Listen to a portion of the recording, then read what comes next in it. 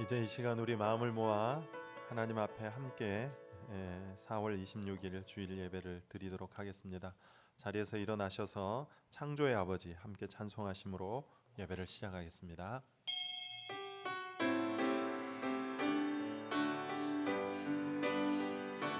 주 영광 여김하사 열방량의 그 빛 비추소서. 주의 얼굴 구할 때 주의 향기 머무소서. 주 영광 여김하사 열방량의 그 빛 비추소서. 주의 얼굴 구할 때 주의 향기 머무소서.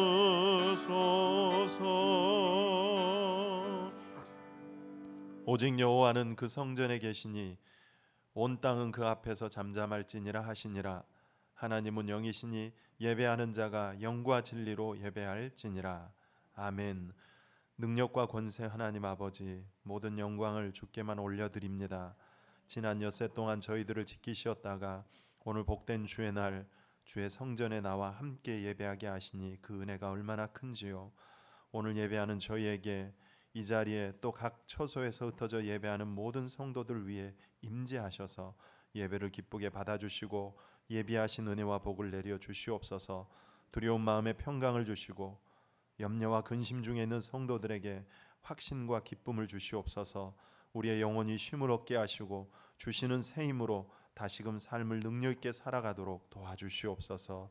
오늘 그 은혜를 기대하오며 우리 주 예수 그리스도의 이름으로 기원하옵나이다. 아멘.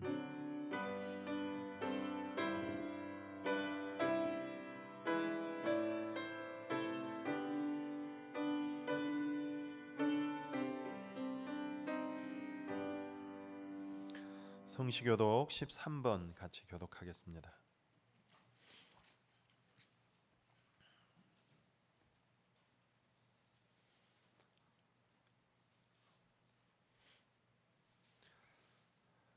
교독문 13번입니다. 여호와는 나의 목자시니 그가 나를 푸른 풀밭에 누이시며 내 영혼을 소생시키시고 내가 사망의 음침한 골짜기로 다닐지라도 해를 두려워하지 않을 것은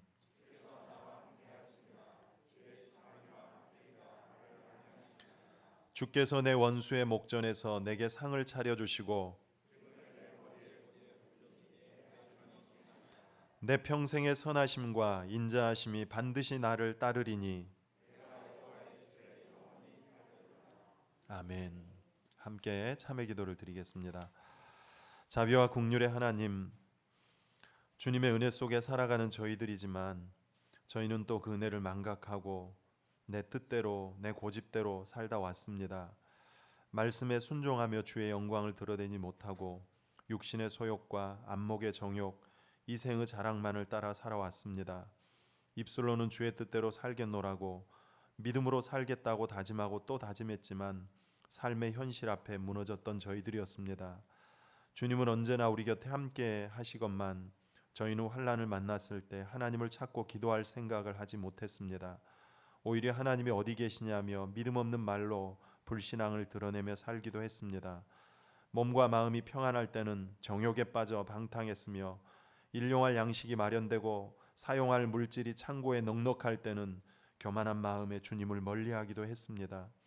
주신 힘으로 주를 위해 이웃을 위해 쓰기보다 그저 나의 욕심만을 위해 쓰며 살아왔습니다.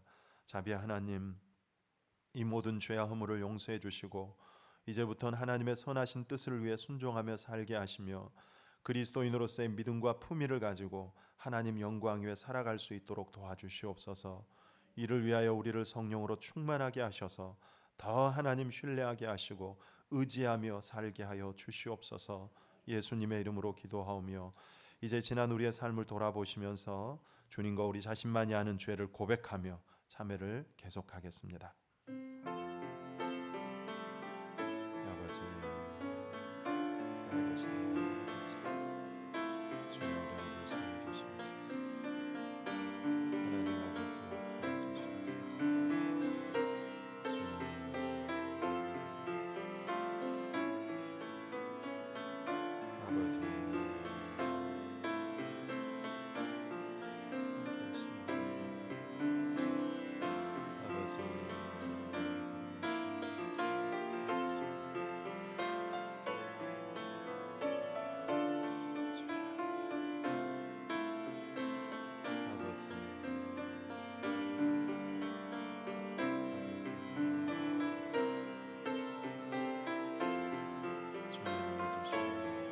주시옵소서. 하나님 아버지, 불쌍히 주시옵소서. 주님 아버지, 그러므로 이제 그리스도 예수 안에 있는 자에게는 결코 정죄함이 없나니 이는 그리스도 예수 안에 있는 생명의 성령의 법이 죄와 사망의 법에서 너를 해방하였음이라. 아멘. 나는 전능하신 아버지 하나님 천지의 창조주를 믿습니다. 나는 그의 유일하신 아들 우리 주 예수 그리스도를 믿습니다. 그는 성령으로 잉태되어 동정녀 마리아에게서 나시고 본디오 빌라도에게 고난을 받아 십자가에 못 박혀 죽으시고 장사된 지 사흘 만에 죽은 자 가운데서 다시 살아나셨으며 하늘에 오르시어 전능하신 아버지 하나님 우편에 앉아 계시다가 거기로부터 살아있는 자와 죽은 자를 심판하러 오십니다. 나는 성령을 믿으며 거룩한 공교회와 성도의 교제와 죄를 용서받는 것과 몸의 부활과 영생을 믿습니다. 아멘. 자리에 앉으시기 바랍니다. 찬송가 342장 함께 찬송하겠습니다.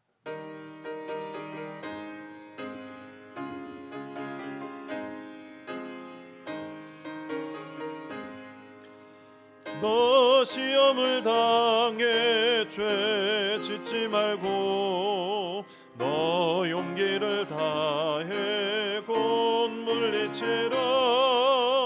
너 시험을 이겨 새 힘을 얻고 주 예수를 믿어 늘 승리하라. 우리 구주의 힘과 그의 위로를 빌라. 주님 내 편에 서서 항상 도우시리.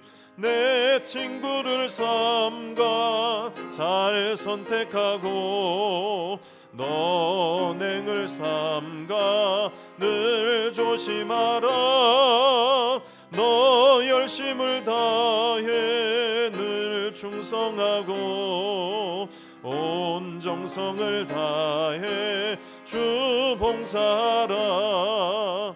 우리 구주의 힘과 그의 위로를 빌라. 주님 내 편에 서서 항상 도우시리. 잘 이기는 자는 상 받으리니 너 낙심치 말고 늘 전진하라. 내 구세주 예수 힘 주시리니 주 예수를 믿어 늘 승리하라. 우리 구주의 힘과 그의 위로를 빌라. 주님 내 편에 서서 항상 도우시리. 이 시간 예배를 위해서 최춘종 집사님 나오셔서 기도 인도해 주시겠습니다. 다 같이 기도 드리시겠습니다. 하나님 아버지 감사합니다. 코로나19 일일 확진자가 이제 한 자릿수로 줄어들고 코로나19로 인한 사회적 거리두기가 완화되어 이렇게 주님의 몸된 교회인 포동교회에서 함께 예배 드릴 수 있게 하여 주시니 감사합니다. 당연하다고 여겼던 성도들 간의 교제와 식사, 예배와 찬양 집회, 여러 교회 생활들이 얼마나 소중하고 큰 축복이었는지 깨닫게 하여 주시니 또한 감사합니다. 그간 저희들은 모일 수 없다는 이유로 주님을 떠나 각자 제 갈 길로 가고 저희들의 생각과 저희들의 뜻대로 살았음을 고백합니다. 기도와 말씀의 능력이 전혀 작동치 아니하고 세상 사람들과 똑같이 때론 세상 사람들보다 더욱더 이기적이고 더 욕심내는 삶을 살았음을 고백합니다. 세상 속에서는 승리하는 삶을 살았을지 몰라도 참 승리가 없었고 참 평안이 없었음을 고백합니다. 오늘 예배가 회복과 다시금 결단하는 시간이 되게 하여 주시옵소서. 세상 속에 속한 모든 것을 내려놓는 겸손한 마음과 말씀을 사모하는 마음으로 오늘 예배를 임하게 하시고 모든 성도들에게 살아있는 생명의 예배가 되게 하여 주시옵소서. 주의 말씀이 꿀보다 더 달다는 다윗의 고백이 저희들의 고백이 되게 하시고 하나님을 만나는 특별한 오늘이 되게 하여 주시옵소서. 그것을 방해하는 것이 있다면 모두 제하여 주시고 온전히 하나님께 영광 돌리는 복되고 귀한 시간들로 채워 주시옵소서. 하나님 아버지, 코로나19로 인해 전 세계적으로 많은 사람들이 질병으로 힘들어하고 사망자도 늘어나고 의료 물자가 턱없이 부족하여 열악한 환경에서 의료 행위를 하며 감염되는 의료진도 많습니다. IMF 세계 금융위기보다 더 경제적으로 어려워 파산하는 자들과 실직자들이 늘어나고 기타 여러 가지 사정으로 힘들어하시는 분들이 많습니다. 백신과 치료제 개발도 더디고 어려움이 많아 출구가 보이지 않는 상황에 처해 있습니다. 날이 저물어 가고 길이 보이지 않을 때 바로 그때가 하나님께서 일하실 때임을 깨닫고 간절히 주님의 도우심과 일하심을 구하며 기도하게 하시고 주님께서는 그분들을 한 분 한 분 위로하시고 치료하시고 회복케 하시고 마음의 평안을 주시옵소서. 세계 많은 기관과 전염병 전문가들이 올 가을이나 겨울에 세계적인 대유행이 올 것이라고 예측하고 있습니다. 속히 치료제와 백신이 개발되어 상한 이 땅을 새롭게 하시고 이 나라가 주의 것이 되게 하여 주시옵소서. 하나님 아버지, 포동교회를 위해서 기도합니다. 이 어려운 시기에 더 많은 성도들이 겸비하여 주님의 얼굴을 구하며 연합하여 기도하게 하시고 목사님과 전도사님, 구역장, 권찰, 각 선교회 임원들 그리고 교회학교 교사들에게 성령 충만과 사랑을 더하여 주셔서 맡겨진 영혼들을 위해 늘 기도하며 사랑으로 보듬을 수 있게 하시고 코로나19가 진정되고 다시 모이는 날에 한 명도 실족치 않고 모두가 모일 수 있게 하셔서 함께 예배드릴 수 있도록 하여 주시옵소서. 그리하여 더 감사가 넘치게 하시고 함께 찬양하며 더 기쁘게 하여 주시옵소서. 더 나아가 저희 포동교회가 하나님께 받은 사랑을 아낌없이 나누고 사랑을 실천하는 교회가 되게 하여 주시옵소서. 그리하여 포동교회가 그리스도인들의 모임이라 불리어지고 주변에서 칭찬받는 그런 교회가 되게 하여 주시옵소서. 오늘 이곳에서 드려지는 예배와 각 가정에서 온라인으로 드려지는 예배 모두 주님께서 함께 하여 주시고 기쁘게 받아주실 것을 믿으며 이 모든 말씀 늘 우리와 함께 하시는 예수 그리스도의 이름으로 기도드립니다.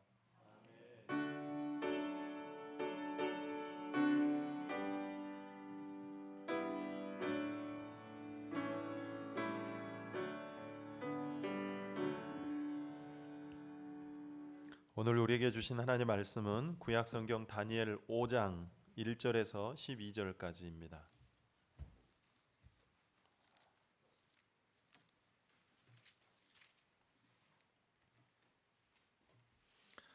다니엘 5장 1절에서 12절까지 말씀을 교독하도록 하겠습니다. 다 찾으셨으면 자리에서 일어나셔서 이제 한 절씩 교독하시면서 하나님의 음성을 듣겠습니다. 벨사살 왕이 그의 귀족 1000명을 위하여 큰 잔치를 베풀고 그 1000명 앞에서 술을 마시니라.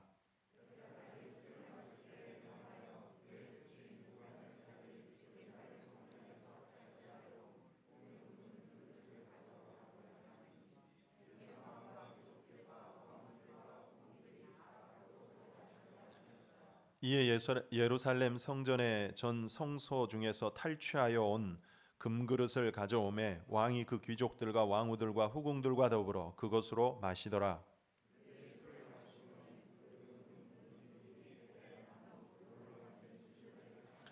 그때 사람의 손가락들이 나타나서 왕궁 촛대 맞은편 석회벽에 글자를 쓰는데 왕이 글자 쓰는 손가락을 본지라.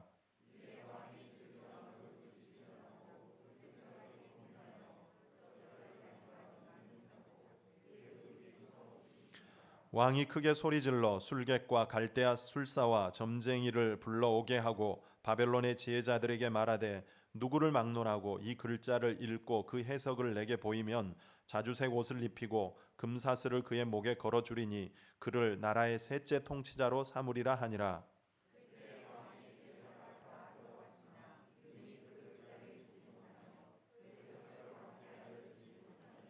그러므로 벨사살 왕이 크게 번민하여 그의 얼굴빛이 변하였고 귀족들도 다 놀라니라.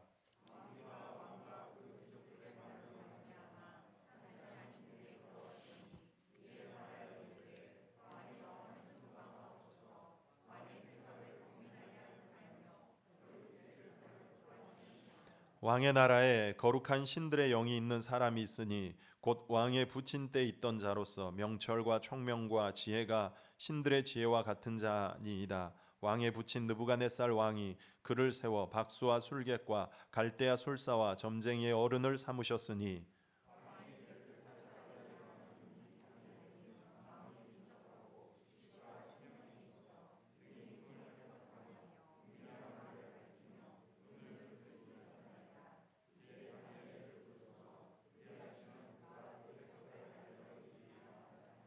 아멘. 자리에 앉으시기 바랍니다. 이 시간에는 한경익 집사님, 안양숙 권사님 두 부부가 하나님 앞에 찬양 올려드리겠습니다.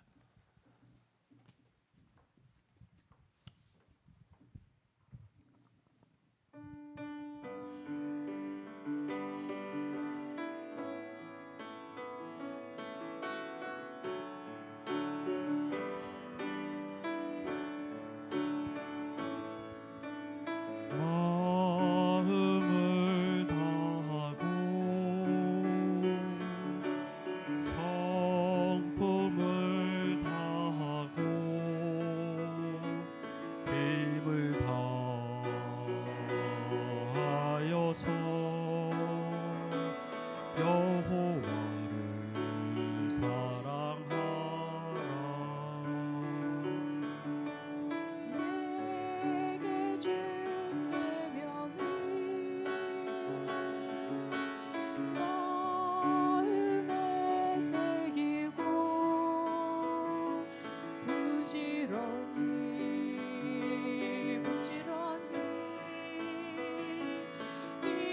이웃에게 전하여라.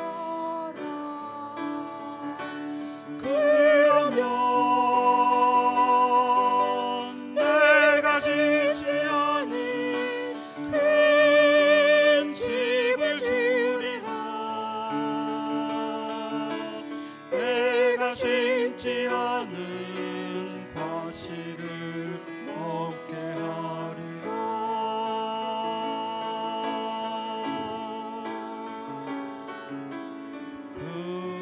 그러나 한 가지 잊지는 말아라. 죄인 된 우리를 구원하신 여호와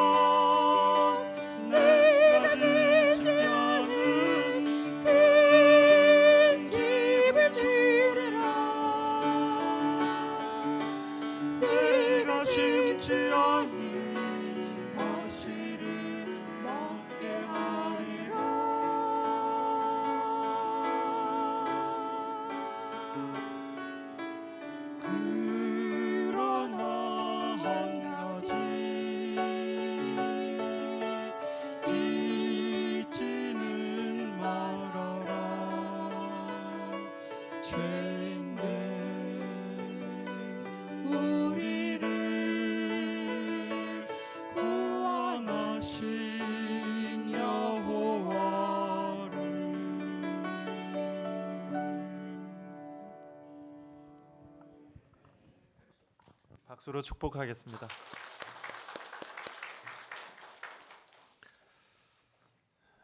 할렐루야. 반갑습니다, 여러분. 오늘은 하나님께서 우리에게 복 주시겠다고 약속하신 날입니다. 그 약속대로 오늘 거룩하고 복된 주의 날, 주의 전에 나와서 또 각자의 처소에서 시간을 구별하여 예배하는 여러분들에게 또 여러분의 가정에 하나님의 은혜와 평강과 성령의 능력과 감동과 위로와 치유가 함께하기를 축복합니다. 예배를 준비하면서 오늘 거룩하고 복된 주의 날, 주의 전에 나와서 이렇게 이제 원고를 쓰는데 참 감동이 왔습니다. 그냥 우리가 하는 얘기고 그냥 듣는 얘기인 줄 알았습니다. 그런데 주의 전에 나오지 못하고 보니까 아까 최춘종 집사님이 기도할 때처럼 주의 전에 나와서 함께 교제하고 예배한다는 것이 얼마나 큰 축복이었는가를 새삼 깨달아지는 겁니다. 오늘 이렇게 주의 전에 나와서 예배하는 여러분들에게 이 시간 이 자리에 또 그럼에도 오늘도 또 함께 할 수 없어서 흩어져 있는 곳에서 가정에서 예배하는 모든 성도님들에게 하나님의 큰 은혜가 함께하기를 축원합니다. 그동안 우리가 이제 함께 나눴던 다니엘서 4장까지는 주로 믿음의 승리가 나왔습니다. 세상 한복판에서 고난과 역경 속에서 믿음 가지고 하나님께 영광 돌린 이야기들이 4장까지 쭉 나왔습니다.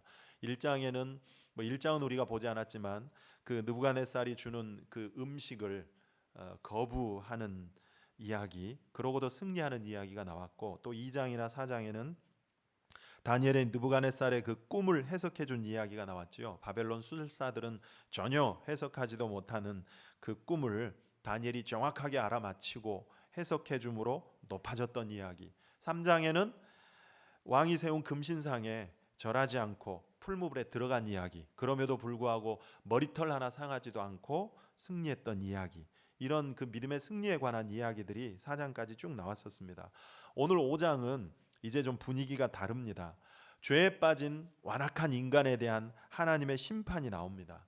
벨사살이라는 바벨론 왕이 나오는데 4장까지는 느부갓네살 왕이었습니다. 이제는 벨사살 왕입니다. 그런데 본문 2절에는 벨사살의 부친, 그의 부친이라고 나오니까 마치 느부갓네살의 아들인 것처럼 벨사살이 나와 있지만 사실 바벨론 역사를 보면 아들이 아니고 바벨론 제국의 마지막 왕이라고 할 수 있는데 4장에서 5장으로 넘어가는 것은 시간적으로 보면 순식간이 아니고 약 25년 정도의 시간이 흘렀습니다. 느부갓네살은 바벨론 신바벨로니아 제국의 초대 왕이고 약 43년을 통치를 했습니다. 그 뒤로 이제 25년 동안 5명의 왕들이 세워졌다가 암살당하고 그랬습니다. 느부갓네살이 죽고 그 아들이 왕이 됩니다. 그런데 그 아들이 또 이제 그 처남에게 살해당하고 그 처남이 왕이 되고, 처남이 죽고 나니까 그 아들이 왕이 되고, 그리고 난 다음에 5번째로 나보니두스라는 사람이 왕이 됩니다. 그리고 오늘 벨사살은 바로 그 나보니두스의 아들입니다. 이렇게 이제 바벨론 제국은 6대에 걸쳐서 끝이 나고 맙니다.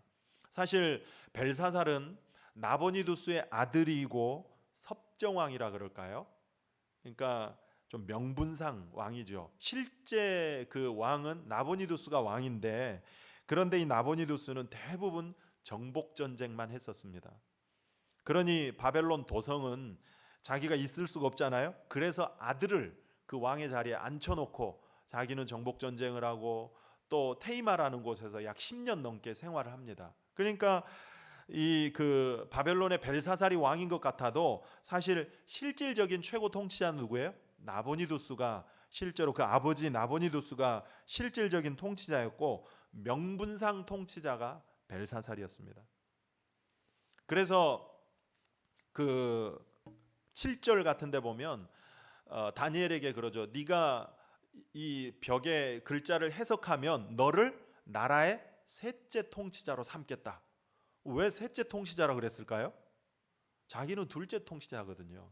왜냐하면 첫째는 자기 아버지가 실제적인 통치자고 자기는 둘째 통치자이기 때문에, 그래서 자기가 줄 수 있는 최고의 자리는 셋째 자리예요. 그래서 다니엘에게 네가 해석하면 2인자 되게 해주겠다 이러지 않고 셋째 통치자가 되게 해주겠다라고 하는 걸 보면 이 그 벨사살은 실제적인 통치자 나보니두스 아버지 밑에 섭정왕 같은 그런 사람이었던 것을 알 수 있습니다. 그런데 2절에는 느부갓네살을 그의 부친이라고 이렇게 표현해서 우리가 헷갈리지만 그거는 사실은 용법상의 차이라고 할 수 있습니다. 마치 그 선조를 뜻할 때 우리가 뭐 민족의 아버지가 누구냐 그럴 때 아브라함, 조선의 아버지 그럼 이성계 이런 식으로 그런 어떤 용법의 표현입니다. 앞선 왕이다, 벨사살의 선조다 그런 뜻입니다. 오늘 이 벨사살이 이제 잔치를 여는데 잔치 도중에 손가락들이 하얀 석회벽에 나타나 가지고 벽에 이제 글씨를 쓰는 거예요. 기겁할 일이 아닙니까? 사람의 손가락들이 나타나 가지고 벽에 글씨를 쓰는 거예요. 그것을 보니 얼마나 놀랐겠습니까? 깜짝 놀라 두려워 가지고 이제 지혜자들을 불러 가지고 저 벽에 쓴 글자가 도대체 무슨 뜻이냐 해석을 하게 하는데 해석을 못 해요. 그러니 이제 벨사살이 이제 두려움 가운데 잠을 못 잘 정도로 두려움에 빠져 있을 때 그의 모친이 다니엘이 있다고, 거룩한 신들의 영이 있는 자가 있다 그러면서 벨사살에게 다니엘을 추천을 합니다. 그래서 다니엘을 불러다가 그 벽에 새겨진 글자를 해석하는 이야기가 5장의 내용이에요. 그 내용은 글자의 내용은 다음 주에 우리가 나누겠습니다마는 벨사살과 바벨론을 끝내시겠다고 하는 하나님의 심판의 메시지였던 겁니다. 자, 본문의 상황을 보면 지금 벨사살이 바벨론 귀족들 1000명을 불러다가 잔치를 베풀고 있는 것으로 5장이 시작하고 있죠. 그러니까 보면은 뭔가 기쁜 일이 있고 또 승승장구하는 것처럼 보이지만 사실은 그렇지 않습니다. 절체절명의 위기 중에 있었습니다. 이 바벨론은 메데 바사에 망하지 않습니까? 이 메데 바사 연합군이 바벨론을 포위하고 있었습니다. 그리고 아버지 나보니두스는 그 메데 바사의 포로로 잡혀가 있고 바벨론 도성은 포위되어 있는 상태입니다. 이 정도면 풍전등화잖아요. 바람 앞에 등불이잖아요. 언제 망할지 모르는 절체절명의 위기 앞에 있었습니다. 그런데 뭐 했다고요? 잔치 벌였다는 거예요. 여러분 이게 이해가 됩니까? 이게 벨사살의 어리석음이고 이게 제정신이 아닌 거죠. 오늘 우리에게 주는 메시지가 이겁니다. 여러분 위기 앞에서 뭐 해야 됩니까? 먼저 겸손히 자신을 살펴야죠. 이번 코로나19 때도 앞에서 제가 계속 강조하고 기도했던 게 이거였습니다. 역대하 7장 14절에 뭐라 그랬어요? 내 이름으로 일컫는 내 백성이 그들의 악한 길에서 떠나 스스로 낮추고, 이게 첫 번째예요. 스스로 낮추는 거. 겸손히 자기를 낮추고 살피는 거, 이게 첫 번째예요. 두 번째는 기도하여 내 얼굴을 찾으면, 기도하는 거예요. 그러면 내가 하늘에서 듣고 그들의 죄를 사하여 그들의 땅을 고칠지라. 온라인 예배 드리는 첫 시간에 제가 이 역대하 말씀 가지고 같이 말씀 나눴잖아요.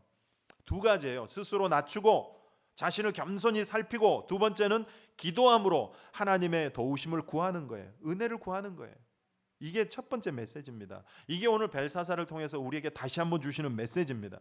야고보서 5장 13절에 뭐라 그러죠? 너희 중에 고난당하는 자가 있느냐? 그는 기도할 것이요. 이거는 여러분 공식입니다. 이 말은 반대로 모든 고난은 기도의 자리에 가면 풀어질 수 있다, 그 얘기입니다. 여러분 믿으세요? 기도로 고난을 풀어가고 기도로 문제를 풀어내는 사람이 믿음의 사람입니다. 그런데 벨사살은 엎드리지 않았습니다. 잔치 벌였습니다. 이건 제정신이 아니죠. 이거는 교만해서일 수도 있고 반대로 저는 두려움 때문일 수도 있다고 봅니다. 어디서 찾을 수 있느냐? 1절에서 4절까지 보면 매 절마다 술 마셨다는 얘기가 나옵니다. 1절 끝에 술을 마시니라 그랬죠. 2절에도 벨사살이 술을 마실 때, 3절 끝에 마시더라. 4절 그들이 술을 마시고, 계속 마시고 또 마시고 술 마셨다는 표현이 4절까지 계속해서 반복해서 나와요.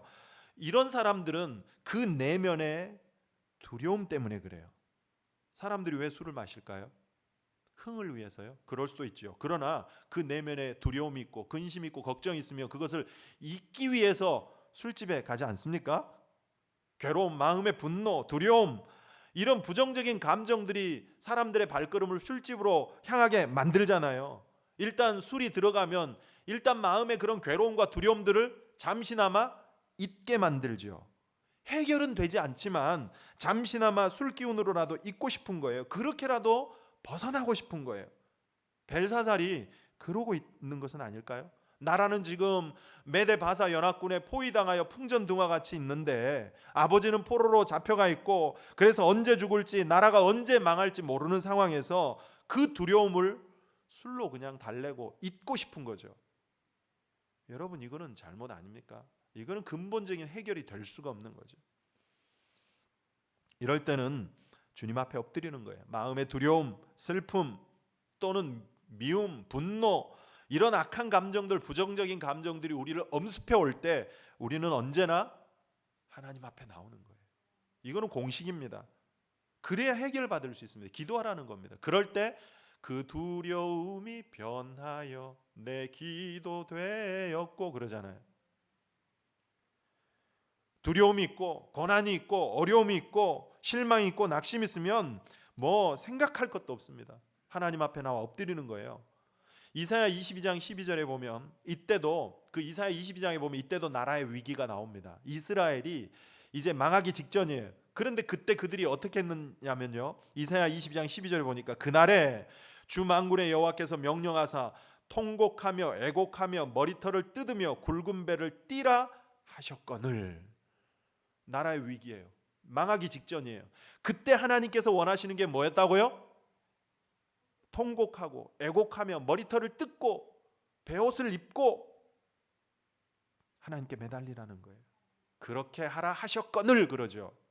그런데 13절 너희가 기뻐하며 즐거워하여 소를 죽이고 양을 잡아 고기를 먹고 포도주를 마시면서 내일 죽으리니 먹고 마시자 하는도다. 뭐 했어요? 술판 버리고 있죠. 잔치했잖아요. 이런 일들이 많다는 겁니다. 애곡하고 애통하며 기도해야 될 때인데 잔치 벌이고 있다는 것입니다. 이게 지금 세상 사람들 이야기가 아니에요. 하나님을 믿는 선민 이스라엘의 이야기예요. 우리의 이야기일 수 있다는 것입니다.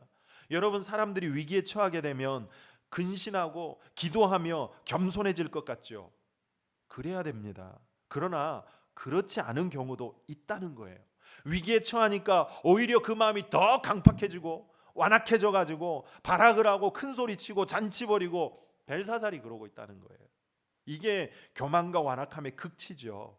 그럴 때가 아니잖아요. 이럴 때가 아니잖아요. 아버지는 잡혀가 있고 도성은 포위된 상황이라니까요. 그런데 귀족들을 1000명이나 불러다가 어마어마한 그 술잔치를 벌이고 있습니다. 이건 제정신이 아니죠. 물론 잔치할 수 있습니다. 뭐 큰 제국이니까 잔치할 수 있죠. 그러나 시점이 중요하잖아요. 시점이. 지금은 잔치할 때가 아니지 않습니까? 1000명씩이나 모아놓고 술판 벌이고 있을 때가 아니잖아요. 겸손히 하나님의 은혜를 구해야 될 때예요. 여러분이 때를 분별하지 못해가지고 인생을 망치는 사람들이 얼마나 많습니까? 지금 나라는 위기 중에 있는데 책임자는 뭐 어디 골프 치러 갔다거나 회식하며 술판 벌이고 있고 이런 뉴스들이 왕왕 나오지 않습니까? 때를 알아야 됩니다. 지금 내가 잔치할 때인가? 자숙해야 될 때인가? 지금 내가 수고할 때인가? 쉬어야 될 때인가? 기도해야 될 때인가? 잠잘 때인가? 예수님 제자들도 기도해야 될 때 잠자다가 예수님께 책망받지 않았습니까? 이 때를 아는 지혜가 우리에게 필요합니다. 지금 본문도 재난의 상황이지 않습니까? 그렇다면 이렇게 하면 안 되잖아요. 그래서 본문에 벨사살이 잔치하고 있는 것을 통해서 보여주는 것, 이거는 무모한 잔치고 어리석은 잔치였다. 이걸 우리에게 보여주고 있어요. 정상이라 그러면 어떻게 해야 돼요? 긴장해야 되고 두려워해야 되고 겸손해야 되고 대책 세우며 준비해야죠. 벨사살은요, 이런 위기가 왔을 때 여러분 사실 이 벨사살이 성경에 나온 과거에 살았던 멀리 있는 사람이 아니고 우리 자신일 수 있다고 봅니다. 우리도 살다 보면 두려운 일 생길 때 있잖아요. 생각지도 않았는데 뭐 경제적인 위기가 오고 병이 오고 실패를 겪고 배신을 당하고 뜻하지 않게 어려움을 당할 때가 있지 않습니까? 그럴 때 생각보다 방탕해지는 사람들이 많습니다. 어디 갔냐 그러면 술집에 가 있고 어디 갔냐 그러면 흥청망청하고 하나님 앞에 나오지를 않아요. 그래서 평소에 훈련해야 된다 그랬죠. 고난이 오면 하나님 앞에 나오는 것 훈련돼 있지 않으면 쉽지 않다니까요. 죽어가도 망해가도 하나님 앞에 나오지 않아요. 그래서 평탄할 때, 건강할 때, 아무 일이 없을 때 평소에 하나님 앞에 나와서 기도하는 훈련을 해야 됩니다. 그래야 결정적일 때, 내 인생에 어려움이 올 때 기도의 자리를 나오게 되는 거예요. 사람이 너무 힘드니까 저럴 수 있지, 뭐 자포자기하니까 저럴 수 있지, 그럴 수 있다고 봅니다. 이 벨사살이 그럴 수 있다고 봐요. 그러나 이거는 사실 하나님 주신 기회거든요. 어떤 기회입니까? 새롭게 할 수 있는 기회예요. 벨사살에게 손가락이 나와가지고 벽에 글씨를 쓰는 것도 기회를 주는 거잖아요. 기회를 당장 멸하지 않으시고. 그러므로 고난당하면 무조건 하나님 앞에 엎드리는 거예요. 왜 어려움이 왔는지, 어떻게 이겨내야 하는지 원인을 찾고 방법을 찾는 것은 두 번째고, 첫째는 하나님 앞에 엎드리는 거예요. 회개하고 겸손해지는 거죠. 억울하든 뭐 정당하든 관계없어요. 먼저 엎드리며 은혜를 구하는 거예요. 주여 나를 불쌍히 여겨주소서. 그러면 그것이 나를 새롭게 하는 기회가 될 수 있다는 것입니다. 그런데 벨사살 술잔치 벌이고 있죠. 아까 이사야 22장도 통곡하며 애곡하며 머리털을 뜯고 베옷을 입고 그 띠를 띠라 하셨거늘, 그런데 뭐 했다고요? 내일 죽으리니 우리가 먹고 마시자. 술잔치 했다는 것입니다. 이런 일들이 있으니까 성경에 기록해가지고 우리에게 알려주는 거 아니에요? 세상 사람들 이야기가 아니라 우리의 이야기일 수 있다는 것입니다. 그러자 그 이사야 22장 14절에 하나님께서 뭐라고 하시느냐? 만군의 여호와께서 친히 내 귀에 들려 이르시되 진실로 이 죄악은 너희가 죽기까지 용서하지 못하리라 하셨느니라. 죽기까지 용서하지 않겠대요. 뭐를요? 고난이 왔는데도 하나님 앞에 겸손히 엎드리지 않고 완악함으로 흥청망청하면, 기도하지 않고 하나님 찾지 않으면 죽기까지 용서하지 않으시겠다는 것입니다. 버리시겠다는 것입니다. 그러므로 고난이 있고 어려움이 오면 애곡하고 애통하면서 머리털 뜯으면서 하나님 찾으라는 것입니다. 그러면 도와주시겠대요. 그러면 은혜 주시겠다는 것입니다. 여러분 어려움이 있습니까? 생각대로 일이 안 되십니까? 먼저 하나님 앞에 나오십시오. 엎드리십시오. 오늘 벨사살도 여러분 왜 당장 끝내지 않고 시간을 끌고 계신다고요? 손가락이 나와서 벽에 글씨를 써서 보여주시고, 왜 그래요? 기회를 주시는 거라고요.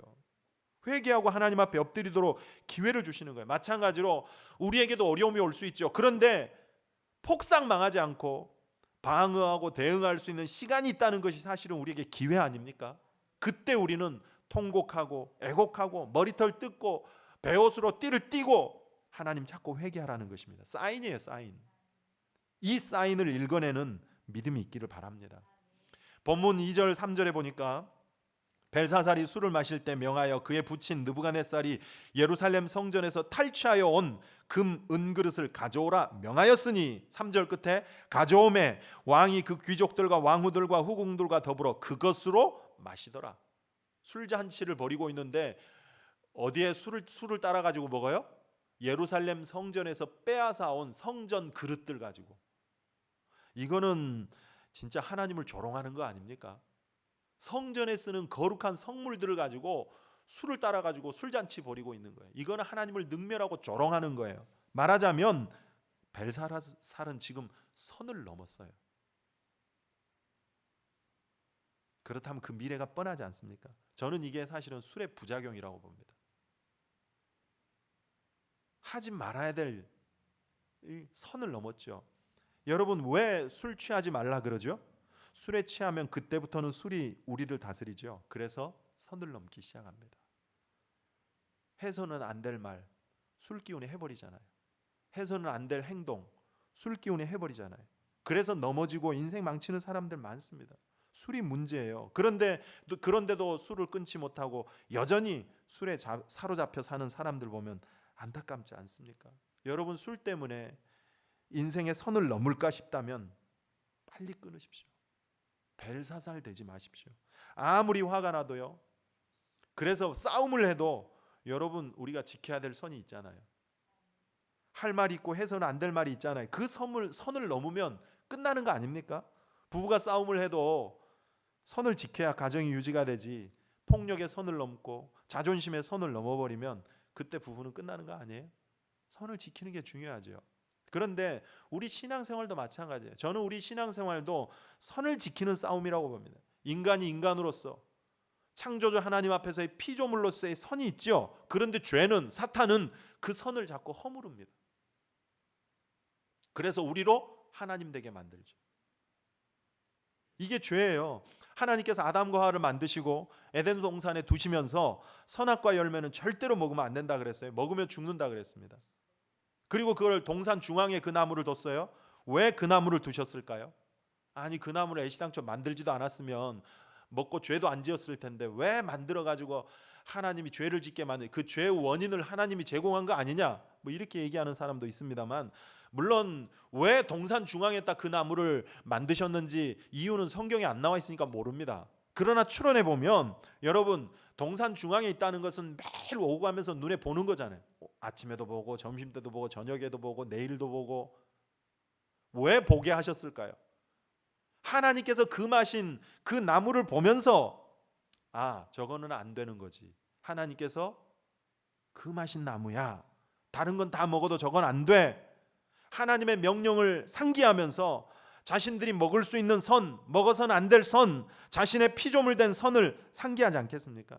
하나님은 그 나무를 통해서 창조주 하나님과 피조물로서의 인간의 차이와 그 위치, 그 선을 알게 하시는 거예요. 그런데 사탄이 와서 뭐라 그래요? 하와를 뭐라고 유혹하죠? 먹으면 네 눈이 밝아져서 하나님처럼 될 거야. 무슨 뜻입니까? 선을 넘으라는 유혹 아니에요? 하나님과 네 사이의 차이를 없애버리라는 거예요. 사탄은 언제나 우리에게 선을 넘으라고 유혹합니다. 피조물의 선을 넘어 네가 하나님 되라는 거예요. 여러분, 세상에도 보세요. 부모와 자식 간의 차이가 있고 선이 있어야 되지 않습니까? 어떤 집안에 갔더니 부모와 자식이 구별이 안 되는 집은 그 콩가루 집안 아닙니까? 하물며 창조주 하나님과 피조물과 인간 사이에 차이가 없다? 그게 말이 되겠습니까? 그런데 사탄은 그 차이를 부정해버려요. 그래 자꾸 선을 넘게 만들어버립니다. 그러나 성령께서는 우리의 피조물됨, 하나님 앞에서의 우리의 위치와 선을 알게 해줘요. 내가 어떤 존재고 역할이 무엇이고 어디까지고. 그래서 월권하지 않고 위치와 그 역할과 선에 맞는 삶을 살아가도록 도와주시는 것입니다. 그러나 사탄은 그 선을 자꾸 넘게 만들어요. 그래서 월권하게 만들고, 그래서 무례한 사람이 되게 만드는 것입니다. 벨사살이 지금 그러고 있는 거예요. 선을 넘었죠. 하나님의 성전 그 기명을 가지고, 그릇들을 가지고 술을 마시고 있습니다. 이거는 하나님의 자존심을 짓밟는 행위 아닙니까? 능멸하고 조롱하는 거예요. 여러분, 하나님께서 가만히 있으시겠어요?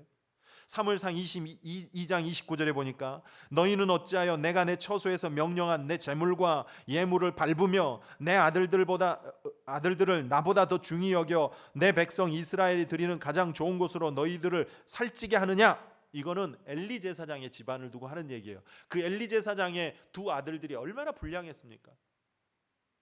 성전에 수종드는 여인들을 막 겁탈하고, 예배드린 사람들이 가지고 오는 재물들을 좋은 거 빼돌리고,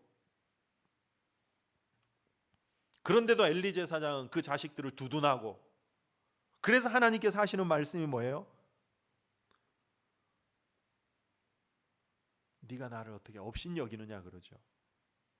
내 처소를 짓밟으며 자신들을 살찌웠다는 겁니다. 하나님은 업신 여겼다는 거예요. 그래서 뭐라고 하시느냐? 30절 중간에 보니까 이제 나 여호와가 말하노니 결단코 그렇게 하지 아니하리라. 나를 존중히 여기는 자를 내가 존중히 여기고 나를 멸시하는 자를 내가 경멸하리라. 무서운 말씀 아니에요? 하나님을 조롱하고 멸시하는 자를 반드시 경멸하시겠다는 거예요. 오늘 벨사살이 그러고 있죠. 하나님 조롱하고 있잖아요. 거룩한 성전 그릇으로 술 따라 마시고, 그리고 4절에 보면 노골적으로 우상들, 그 잡신들을 찬양합니다. 그들이 술을 마시고는 그 금, 은, 구리, 쇠, 나무, 돌로 만든 신들을 찬양하리나. 이거는 뭐 하나님 가만히 계시겠어요? 개입하십니다. 5절 그때 사람들의 손가락이 나타나서 왕궁 촛대 맞은편 석회벽에 글자를 쓰는데 왕이 그 글자 쓰는 손가락을 번지라. 깜짝 놀랄 일이 벌어졌습니다. 손가락들이 나타나가지고 벽에 글씨를 써요. 이게 말하자면 얼마나 엽기적이에요. 얼마나 무서웠겠습니까? 그래서 6절에 보면 그의 얼굴빛이 변하고 그 다음에 넓적다리 마디가 녹는 듯하여 서로 막 부딪히다 그랬지. 막 부들부들 떠는 거예요. 저는 이렇게 생각합니다. 하나님의 손가락이 나타났다는 것은 하나님의 일부분을 보여주신 거예요. 그 손가락 일부분만 보여도 무서워가지고 넓적다리를 부들부들 떨며 부딪히는데 하물며 당신의 얼굴을 드러내신다 그러면 그 두려움이 얼마나 크겠습니까? 신적인 계시인 걸 알았습니다. 그래서 이제 바벨론의 그 술사들 지혜자들을 불러 모아요. 손가락이 쓴 글자를 해석해 보라고. 누구든 읽고 해석하는 자에게 자색 옷을 입히고, 이건 그 권세를 나타내는 왕복이죠. 그거 입히고 그 다음에 금삿을 목에 걸어주고 나라의 셋째 통치자가 되게 해주겠다. 그러나 됩니까? 여러분, 하나님께서 하시는 일을 이방 점쟁이들이 어떻게 알겠습니까? 8절, 그때 왕의 지혜자가 다 들어왔으나 능히 그 글자를 읽지 못하며 그 해석을 왕께 알려주지 못하는지라. 9절, 그러므로 벨사살 왕이 크게 번민하여 그의 얼굴빛이 변하였고 귀족들도 다 놀라니라. 얼음이 돼버렸어요. 겁에 질렸다는 겁니다. 그때 이제 왕비가 벨사살에게 위로하면서 누구를 소개해요? 11절, 왕의 나라에 거룩한 신들의 영이 있는 사람이 있으니 곧 왕의 부친 때에 있던 자로서 명철과 총명과 지혜가 신들의 지혜와 같은 자니이다. 왕의 부친 느부갓네살 왕이 그를 세워 박수와 술객과 갈대아 술사와 점쟁의 어른을 삼으셨으니. 누구를 두고 하는 얘기예요? 다니엘이죠. 다니엘. 12절, 왕이 벨드사살이라 이름하는 이 다니엘은 마음이 민첩하고 지식과 총명이 있어 능히 꿈을 해석하며 은밀한 일을 말하며 의문을 풀 수 있었나이다. 이제 다니엘을 부르소서, 그리하시면 그가 그 해석을 알려드리리이다 하니라. 그래서 이제 다니엘을 불러다가 그 글자를 해석하는 얘기가 쭉 나오는 거예요. 자, 여러분, 오늘 이 벨사살을 통해서 우리가 붙들어야 될 메시지가 뭐라고요? 고난 중에는 완악함 버리고 교만 버리고 겸손히 자신을 살피며 기도하라는 것입니다. 그런데 고난 중에 기도하는 것이 생각보다 쉽지 않다는 거예요. 여러분, 지금도 고난 중에 있는 분들 계시잖아요. 온 나라가 지금 고난 중에 있지 않습니까? 전 세계가 지금 고난 중에 있습니다. 그러면 더 깨어 기도해야죠. 겸비하여. 너희 중에 고난당한 자가 있느냐? 그는 기도할 것이요. 이건 공식이라 그랬잖아요. 어려움이 오고 두려움이 있을 때마다 엎드려 기도하고 주님의 은혜를 구하는 거, 그거는 공식이고 그것이 살 길이라는 것입니다. 그래서 사실은 여러분, 고난 주간이니까 뭐 릴레이 기도에 의무적으로 정해졌으니까 나오는 게 아니라, 사실은 고난 주간 끝나도, 사순절 끝나도 지금 이 위기의 때 교회는 기도하는 사람들의 발걸음이 끊어지지 않아야 돼요. 그런데 안타깝게 사순절 끝나니까 안 오시더라고요. 좀 나오세요. 기도해야 돼요. 여러분, 고난이 있습니까? 기도해야 됩니다. 빌립보서 4장 6절, 아무것도 염려하지 말고 다만 모든 일에 기도와 간구로 너희 구할 것을 감사함으로 하나님께 아뢰라. 그리하면 모든 지각에 뛰어난 하나님의 평강이 그리스도 예수 안에서 너희 마음과 생각을 지키시리라. 기도가 답이라는 것입니다. 그러므로 여러분의 인생에 어떤 고난이 와도 기도로 이겨내고 기도로 풀어갈 수 있는 기도의 사람들이 되시길 바랍니다. 그 다음 두 번째, 다니엘을 통해서 주시는 메시지도 있습니다. 하나님께서 우리를 부르신 그 부르심으로 사는 인생이 되면 그때 존재감이 드러나고 영향력 있는 인생이 될 수 있다는 것, 이게 다니엘을 통해서 오늘 우리에게 주시는 메시지입니다. 우리가 인생을 살 때 두 가지로 삽니다. 어떤 사람은 부르심을 따라 살기도 하지만 어떤 사람은 자기 욕심대로 자기 선택으로 사는 사람이 있습니다. 그래서 내가 원하면 하고 원하지 않으면 안 하고 하고 싶으면 하고 하기 싫으면 안 하고 이렇게 자기 선택으로 사는 사람이 있어요. 그러나 중요한 건 그렇게 자기 선택으로 자기 욕심으로 사는 사람과 부르심으로 사는 사람은 그 삶이 절대로 같을 수가 없습니다. 다니엘은 어렸을 때 10대 후반에 소년으로 포로로 끌려갔습니다. 하지만 다니엘은 그 포로로 끌려간 일 자체가 억울하고 그게 아니라 자신에 대한 하나님의 부르심이라고 생각했습니다.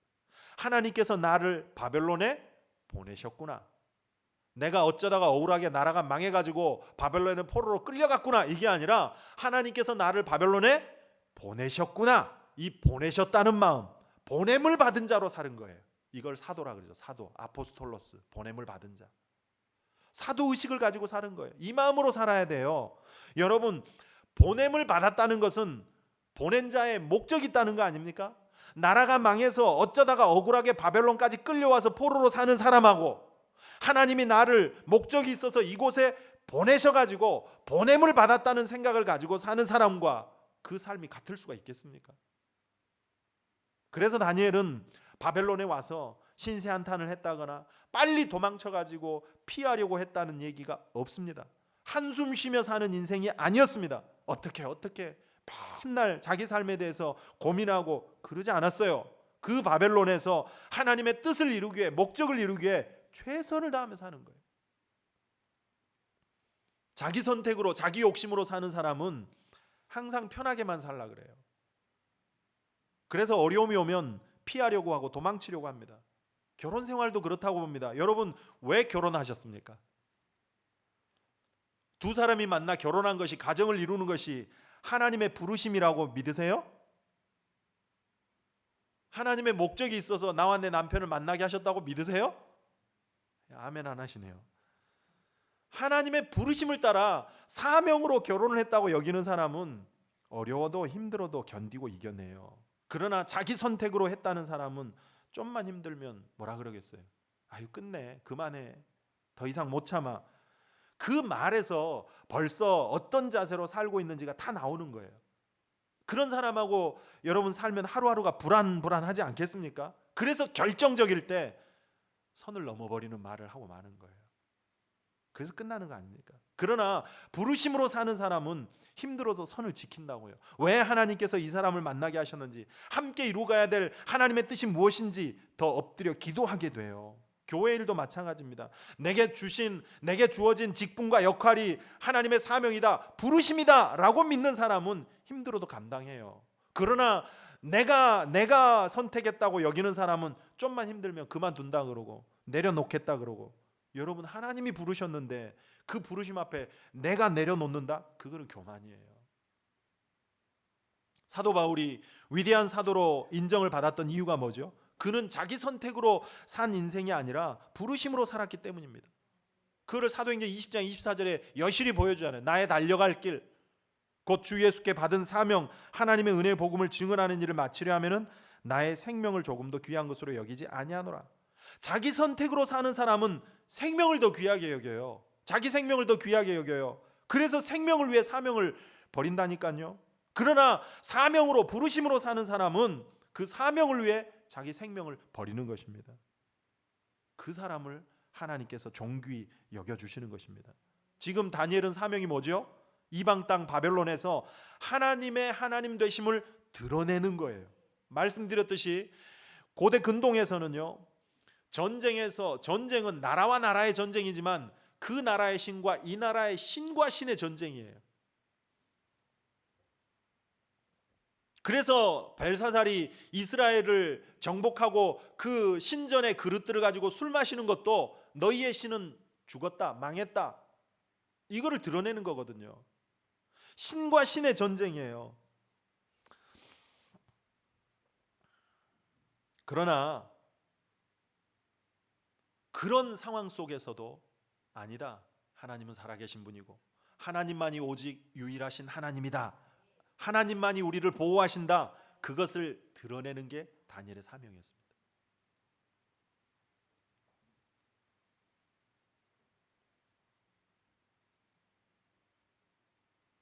그리고 그것이 다니엘의 인생의 의미였어요.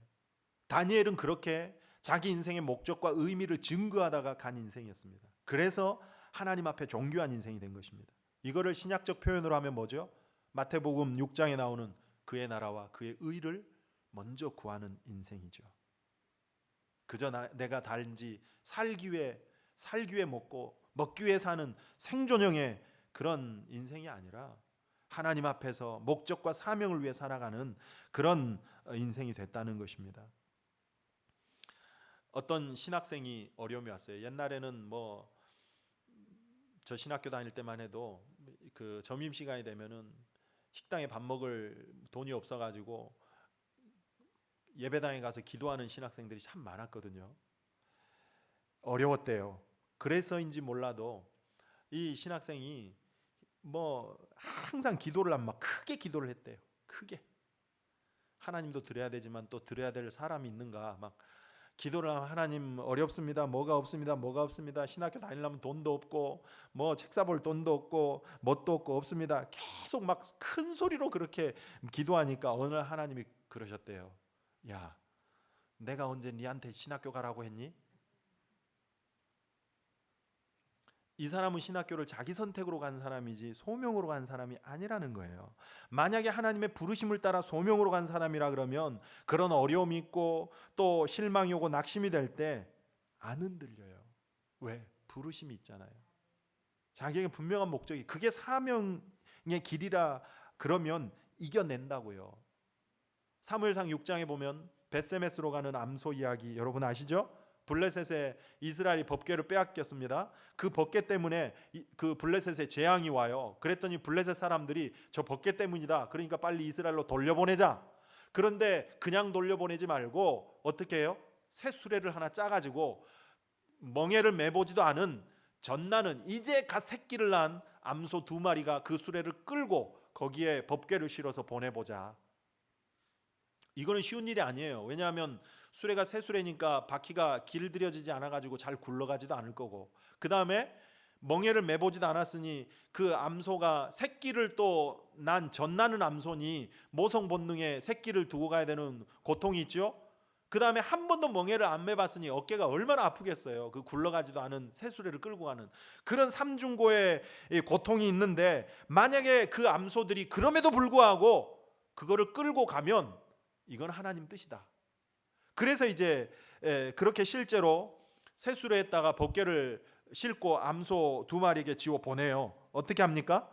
저는 이 장면을 참 좋아합니다. 사무엘상 6장 12절에 보니까 이렇게 해요. 암소가 벳세메스 길로 바로 행하여 대로로 가며 갈 때 울고 좌우로 치우치지 아니하였고. 벳세메스로 가는 암소 2마리 이게 사실은 사명자의 모습이에요. 고통 때문에 울지요. 새끼를 떼어 놓아야 되고 바퀴는 잘 굴러가지도 않고 어깨는 한 번도 안 매봤는데 얼마나 힘들고 고통스럽겠습니까? 그런데도 그 고통을 참아내요. 물론 고통스러워 눈물을 흘려요. 그러나 눈물을 흘리지만 어떻게 해요? 울고 좌우로 치우치지 아니하였고 내가 가야 할 길이 저 길이기에 고통스러워도 좌우로 치우치지 않고 묵묵히 가는 거예요. 이 벳세메스로 가는 암소의 모습이 사명자의 모습이에요. 여러분 사명자의 사람은 사명으로 사는 사람은 부르심으로 사는 사람은 힘들다고 포기하는 사람이 아닙니다. 이겨내는 사람이에요. 어려워도 하고 힘들어도 하고 조롱받아도 하고 밥 굶어도 해요. 이런 사람을 하나님이 책임져 주시지 않겠습니까? 다니엘에게는 이런 분명한 사명이 있었어요. 그랬더니 그의 존재감이 드러나는데요. 자, 본문 10절에 보세요. 왕비가 왕과 그 귀족들의 말로 말미암아 잔치하는 궁에 들어왔더니 이에 말하 이르되 왕이여 만수무강하옵소서 왕의 생각을 번민하게 하지 말며 얼굴빛을 변할 것도 아니니이다. 지금 왕을 위로하는 거예요. 그러면서 이제 다니엘을 소개하고 추천해요. 11절에 왕의 나라에 거룩한 신들의 영이 있는 사람이 있으니. 저는 이 모습을 보면서 지금 이 왕비가 벨사살에게 다니엘을 지금 추천하고 있죠. 왕이시여 해석할 수 있는 사람이 있습니다. 거룩한 신들의 영이 있는 사람, 아버지 느부갓네살 때부터 지혜와 총명으로 탁월했던 사람이 있습니다 하면서 다니엘을 천거하고 있는데, 다시 말하면 다니엘에게 지금 기회가 오잖아요. 기회가. 저는 그리스도인들이 이렇게 살아야 된다고 봅니다. 위기의 상황이 오면 생각나는 사람, 그런 사람이 돼야 돼요. 어려운 일이 생겼을 때 그 사람이 있으면 되는데, 그 사람이 있으면 되는데, 이렇게 생각나는 사람이 돼야 돼요. 아쉬워하고 안타까운 사람이 돼야 돼요. 이걸 뭐라 그래요? 존재감이죠. 존재감. 이 지금 위기의 때에 다니엘의 존재감이 바벨론에서 드러나고 있잖아요. 그 어려움 중에 드러나고 있잖아요. 이런 사람이 돼야 된다는 것입니다. 우리는 존재감 있게 살아야 돼요. 이걸 다시 말하면 꼭 필요한 사람으로 사는 거예요. 어떤 사람은 있어도 있으나 만한 사람 있죠. 어떤 사람은 있는데 있어서는 안 될 사람 있잖아요.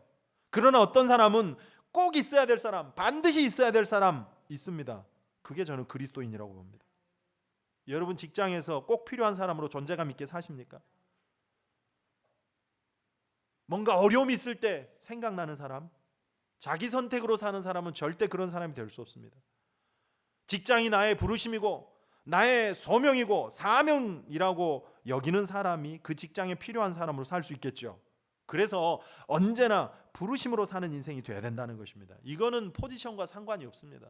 여러분 사도행전 27장에 보면 사도 바울이 붙잡혀가지고 죄수의 신분으로 이제 배 타고 로마로 호송되는 이야기가 나옵니다. 배를 타고 가다가 유라굴로 광풍을 만나요. 배가 뒤집어질 지경이에요. 배에 탄 사람들이 두려워 이제 다 죽게 됐습니다. 그 위기의 순간에 사람들을 위로하고 살려냈던 역할을 했던 사람이 누구예요?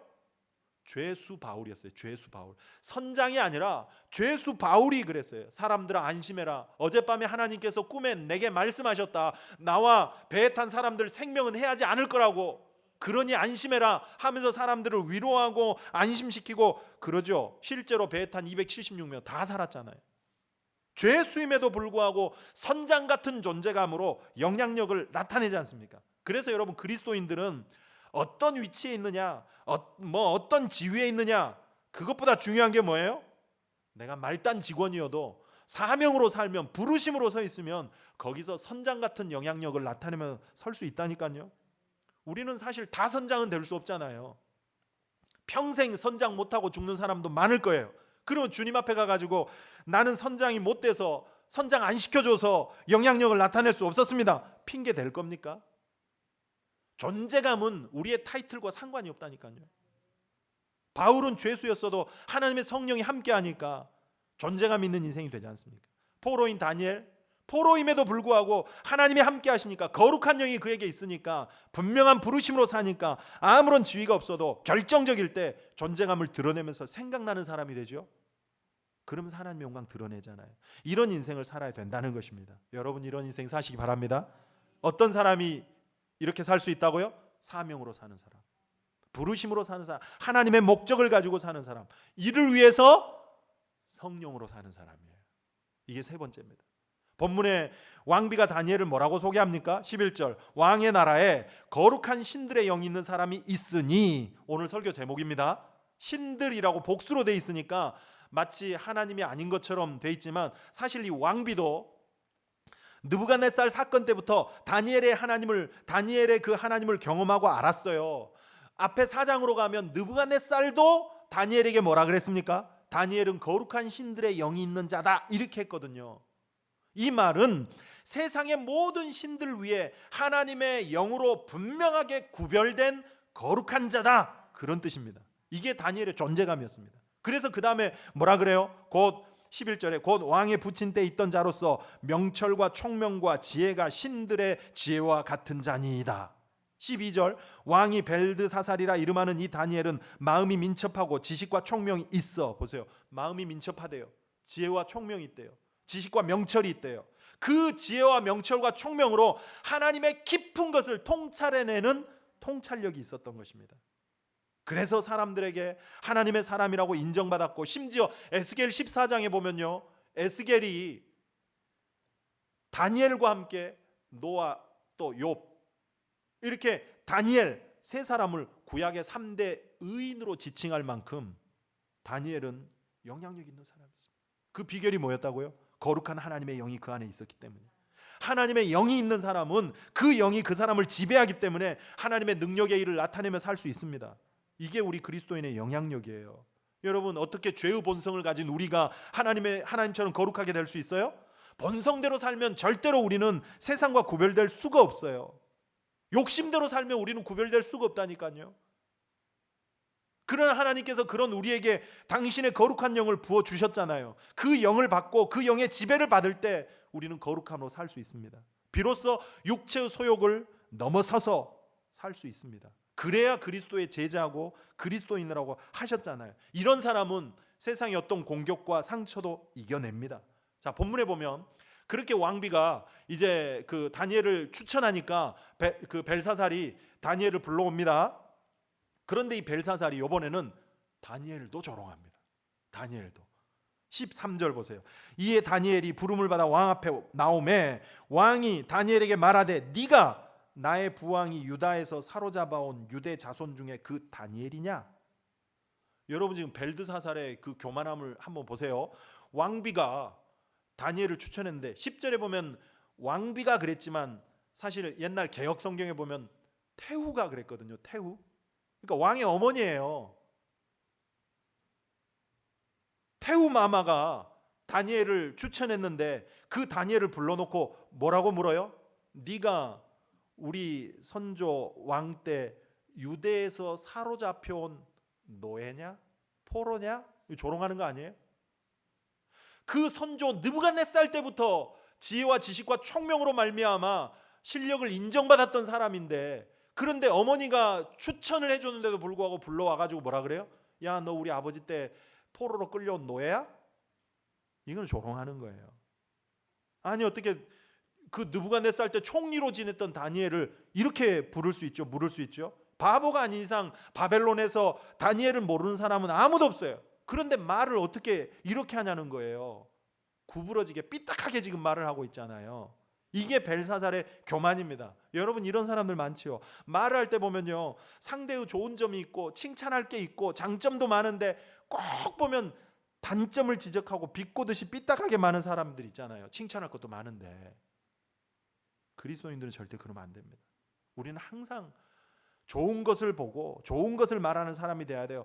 99가지 흠이 99가지가 흠이어도 딱 한 가지 칭찬할 것을 가지고 칭찬부터 해주는 사람이 돼야 돼요. 어떤 예쁜 여자분이 있어요. 야, 저 여자분 진짜 예쁘다. 그러니까 옆에서 에이, 다 고친 거예요. 아, 뭐 그냥 예쁘든 고쳐서 예쁘든 예쁘다 그러면 안 돼요? 그런데 예쁘다 그러니까 아이, 그 다 고친 거예요. 그럼 안 고친 여자를 보고 야, 저 여자분 진짜 예쁘다 그러니까 성격은 더러워요. 왜 맨날 흠만 볼까요? 이게 벨사살이에요. 뭐든지 삐딱하게 얘기해요. 그리스도인 그렇게 살면 안 돼요. 물론 그것이 사실일 수도 있죠. 다니엘 유다에서 포로로 잡혀온 포로 출신 맞죠? 맞아요. 사실이에요. 팩트예요. 그러나 그렇게 말 안 해도 되잖아요. 아유, 총리까지 지내신 분이 오셨습니까? 이렇게 말해도 되잖아요. 그런데 그 좋은 말 칭찬할 것 다 놔두고 왜 삐딱한 것을 골라가지고 말하느냐는 겁니다. 그런 면에서 보면 진짜 우리가 평생토록 훈련해야 될 게 이 말의 훈련이에요. 언어 훈련. 말하는 연습해야 돼요. 잠언 13장 3절에 입을 지키는 자는 자기의 생명을 보존하나 입술을 크게 벌리는 자는 자에게는 멸망이 오느니라. 그러니까 우리 인생에 죽고 사는 것이 결국 이 말에 달려 있다는 거예요. 여러분 그렇죠? 실제로 우리의 말하는 것에 그 사람의 인격과 신앙이 다 들어있어요. 지금 벨사살 얼굴빛이 변하고 넓적다리가 막 부딪혀가지고 그 두려움, 그럴 정도로 두려움 가운데 있으면서도 그 말하는 것이 얼마나 거만하고 오만합니까? 그러나 다니엘은 그 불쾌한 말에 흔들리지 않아요. 사람의 말에 요동하지 않아요. 왜? 사명으로 사니까. 부르심으로 사니까. 부르심으로 살면 상처와 공격을 이겨내는 저항력이 있습니다. 여러분 사도 바울이 자기가 이뤄내야 될 하나님의 부르심으로 사니까 유대인들의 어떤 공격에도 흔들리지 않아요. 예수님 십자가상에서 로마 군병들이 얼마나 조롱했습니까? 네가 진짜 왕이냐? 예수님 얼마나 항변하고 싶었겠어요. 그러나 흔들리지 않아요. 왜? 당신이 이루어야 될 사명이 있고 부르심이 있으니까 그래요. 더 큰 꿈이 있고 더 큰 목표가 있는 사람은 작은 것에 왈가왈부하지 않아요. 하나님 나라의 더 큰 비전을 가지고 살면요, 그런 공격과 상처 이겨내는 힘이 있다는 겁니다. 이게 부르심으로 사는 사람의 힘입니다. 여러분 인간은 다 불완전한 연약한 존재잖아요. 그래서 실수가 많아요. 그 실수의 마음을 빼앗겨서 뭐 어떻게 그럴 수 있냐는 등 상처받았다느니 그럴 필요 없어요. 인간은 본래 그래요. 하나님 앞에서 사는 거예요. 그리고 부르심으로 사는 거예요. 그러면 사람의 서운한 말에 상처받지 않습니다. 이겨냅니다. 고통은 있지요. 그래서 마음의 눈물을 흘릴 수 있어요. 그러나 울어도 좌로우로 치우치지 않는 그런 인생을 산다는 것입니다. 하나님의 뜻을 이뤄내요. 이런 인생을 살아가시길 바랍니다. 오늘 세 가지, 위기 앞에서 술잔치 버리고 완악해지지 말고 겸손히 하나님의 은혜 구하는 자세, 어려움이 오면 기도하는 사람이 돼야 되고, 둘째, 부르심으로 사는 인생. 그래야 세상에 존재감이 있는, 영향력 있는 인생이 되고, 이를 위해서 무엇보다도 하나님의 거룩한 영으로 사는 사람이 돼야 된다 그랬습니다. 그럴 때 하나님의 뜻을 분별하고 세상을 조언하고 살리는 존재감 있는, 영향력 있는 인생이 될 줄 믿습니다. 이런 여러분 되시기를 바랍니다. 기도하십시다. 하나님 아버지, 오늘 본문을 통해서 나라의 위기 중에도 완악함으로 술잔치를 벌이는 벨사사를 통해서 참으로 위기 중에 우리가 어떤 자세로 서야 할지를 깨닫게 해주시니 감사합니다. 겸손히 자신을 살피고 하나님의 은혜를 구할 줄 아는 자가 되게 하여 주시옵소서. 삶의 크고 작은 위기의 순간이 올 때마다 무엇보다 먼저 하나님 앞에 엎드릴 줄 아는 기도의 사람이 되게 하셔서 기도로 삶의 문제를 풀어가게 하여 주시옵소서. 그리고 뿐만 아니라 그런 어려움 속에서도 흔들림이 없이 사명을 감당하는 다니엘을 통해서 부르심으로 사는 인생이 어떠한지를 알게 해주시니 감사합니다. 주여, 우리 또한 우리의 삶의 자리에 하나님의 부르심으로 살아간다는 분명한 소명의식을 갖고 살게 하심으로 말미암아 삶에 어떤 공격이 있고 상처가 있고 아픔이 있고 어려움이 있다 할지라도 능히 이겨내며 살아가는 저희들이 되게 하여 주시옵소서. 이 모두를 위하여 하나님의 성령으로 살게 하여 주시옵소서. 이 시간 예배하는 성도들에게 성령으로 기름 부어 충만케 하여 주시옵소서. 그래서 그 성령의 충만함을 가지고 선한 뜻을 분별하고 세상을 조언하고 살리는 존재감 있는, 영향력 있는 인생을 살아가는 우리 모두가 되게 하여 주시옵소서. 우리 주 예수 그리스도의 이름으로 기도하옵나이다. 아멘. 이제 하나님 앞에 봉헌하겠습니다.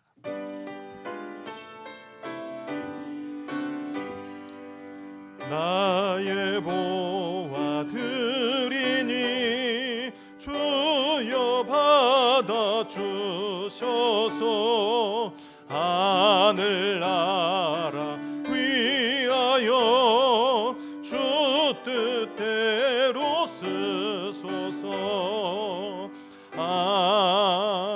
아멘. 전능하신 하나님 아버지, 이 어려움의 때에 특별히 오늘은 성전에 나와 하나님 앞에 예배할 수 있도록 은혜 주시고 우리를 인도하셔서 감사합니다. 우리의 이 예배를 주께서 기쁘게 받으신 줄 믿습니다. 빈손으로 오지 않고 그 감사의 마음을 물질에 담아 주 앞에 올려드리는 우리의 이 예물을 기쁘게 받아 주시옵소서. 그리고 이 예물이 쓰이는 곳에 하나님의 영광과 또 은혜가 드러나게 하여 주시옵소서. 특별히 땀 흘려 일하여 얻은 소득의 10분의 1을 구별하여 11일조 예물을 드리며 소유의 통치권이 주께 있음을 고백하는 그 손길들을 주께서 기억하시고 드려진 것보다 만배의 복으로 갚아 주시옵소서. 감사의 마음을 담아 감사 예물을 드리고 성경금, 구제헌금, 건축헌금, 주정헌금 하나님 앞에 올려드리오니 이 예물을 통하여 아버지 하나님의 나라가 확장이 되고 몸된 교회가 든든히 서가게 하여 주시옵소서.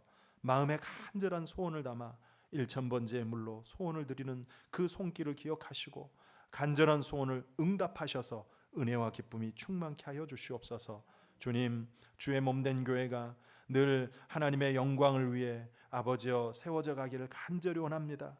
교회 안에 몸담은 모든 성도들이 기쁘게 신앙생활하고 교회를 통해서 부어주시는 그 은혜를 공급받아 삶을 능력 있게 살아가게 하여 주시옵소서. 성도들의 가정을 붙드시되 아버지 하나님 늘 그 가정의 은혜와 복된 소식만 오가게 하여 주시옵소서. 흩어진 모든 성도들 아버지, 특별히 또 함께 성전에 나올 수 없어 각 처소에서 예배하는 성도들을 불쌍히 여겨주시고 저들에게도 은혜와 긍휼을 허락하여 주시옵소서.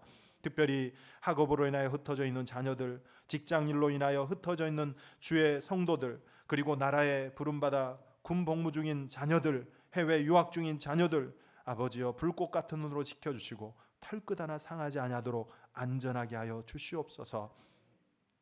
아버지, 하루빨리 이 어려움의 위기가 종식되기를 간절히 원합니다. 이 어려움 속에서 그리스도인들이 그리고 교회가 아버지 교회로서 또 성도로서의 사회적인 책임과 역할들을 잘 감당하여 이 위기를 타개해 나가는 아버지 그 주역들이 되게 하여 주시옵소서. 그리고 이 위기에서 더 하나님의 영광이 드러나게 하여 주시옵소서. 특별히 가정의 여러 가지 어려움과 혼란 중에 은혜를 구하는 성도들을 불쌍히 여겨주시고 저들에게도 주의 복을 더하시며 하나님의 교회도 하루빨리 이 위기를 타게 하여 정상적으로 우리가 교제하며 교회 생활하고 신앙생활하는 은혜가 있어지게 하여 주시옵소서. 이제 또 한 주를 살아가는 저희들에게도 힘주시고 이번 한 주도 믿음으로 선한 영향력을 나타내며 살아갈 수 있도록 도와주시옵소서. 우리 주 예수 그리스도의 이름으로 기도하옵나이다. 아멘.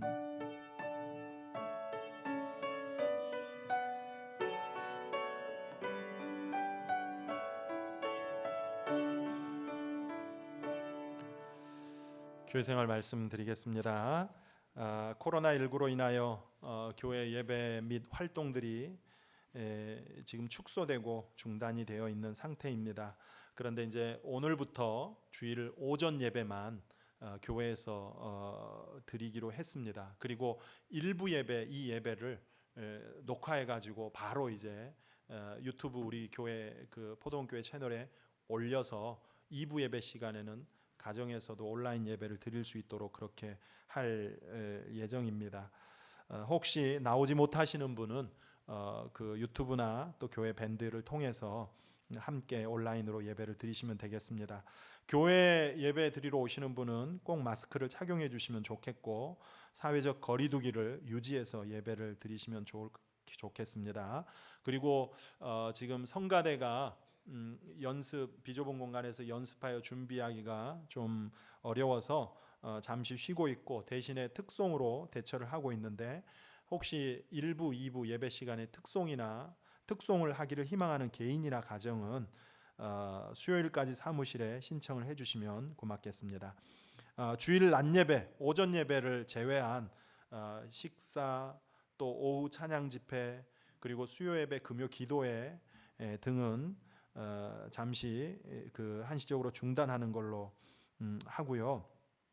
단 새벽 기도회는 축소해서 자유롭게 참석하시면 되겠습니다. 차량 운행은 하지 않고 여러분 자유롭게 오셔서 함께 말씀 나누고 기도하면 되겠습니다. 특별히 이번 주 금요일이 이제 5월이 시작되는 5월 첫날입니다. 여느 때 같으면 교회에 모여서 월삭 새벽 기도를 하는데 4월 달과 같이 영상으로 함께 하시면 되겠습니다. 월삭 기도의 말씀을 제가 영상으로 올릴 테니까 영상으로 함께 참여하시면 됩니다. 다음 주는 그 5월 첫 주 어린이 주일로 유아 세례식이 있는데요.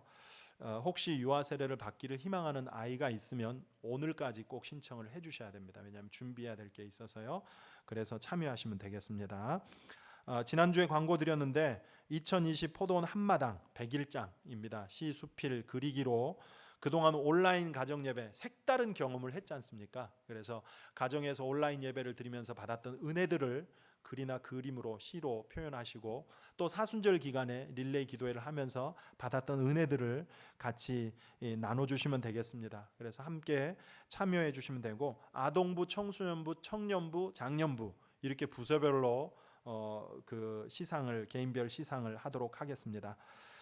내일은 천안 아산노회 정기노회가 온양제일교회에서 있는데요. 지금 각 노회들이 노회를 다 연기했는데 우리 노회만 내일 좀 하기로 했다 그럽니다. 그래서 내일 거의 축소해서 오전만 하고 이제 마친다고 하는데요. 어쨌든 노회를 위해서 지역 선교를 위해서 힘쓰는 노회를 위해 여러분 기도해 주시기 바랍니다. 그리고 5월달 예배 봉사위원들은 명단을 확인하시고 기도로 준비해 주시면 좋겠습니다. 앞뒤 좌우로 인사 나누십시다. 자리에서 일어나셔서 이제 찬송가 543장 1절 찬송하신 후에 축도하고 예배를 마치겠습니다.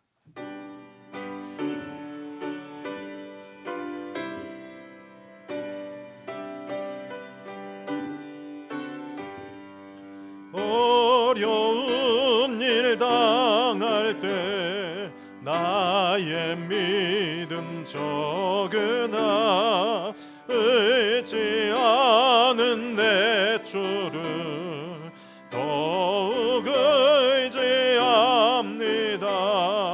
세월 지나갈수록 의지할 것뿐일세. 무슨 일을 당해도 예수 의지합니다. 기도하겠습니다. 하나님의 부르심을 따라 사십시오. 고난 중에도 기도함으로 이겨낼 것이고 존재감으로 영향력 있게 살 것입니다. 이제는 우리 주 예수 그리스도의 은혜와 하나님의 사랑과 성령의 교통하심이 어려움 중에 더 하나님을 붙잡고 엎드려 은혜를 구함으로 그 어려움을 이겨내며 살기를 원하고, 무엇보다도 하나님의 부르심으로 삶으로 인하여 세상에 존재감 있는 인생을 살기를 소원하고 결단하며 나가는 모든 성도들 위해 지금도 코로나 위기 중에 어려움에 처해 도움을 구하는 많은 그 어려움의 손길들과 또 그 위기 중에서 수고하고 애쓰는 일선의 모든 관계자들 위해 함께 하옵시기를 간절히 축원하옵나이다. 아멘.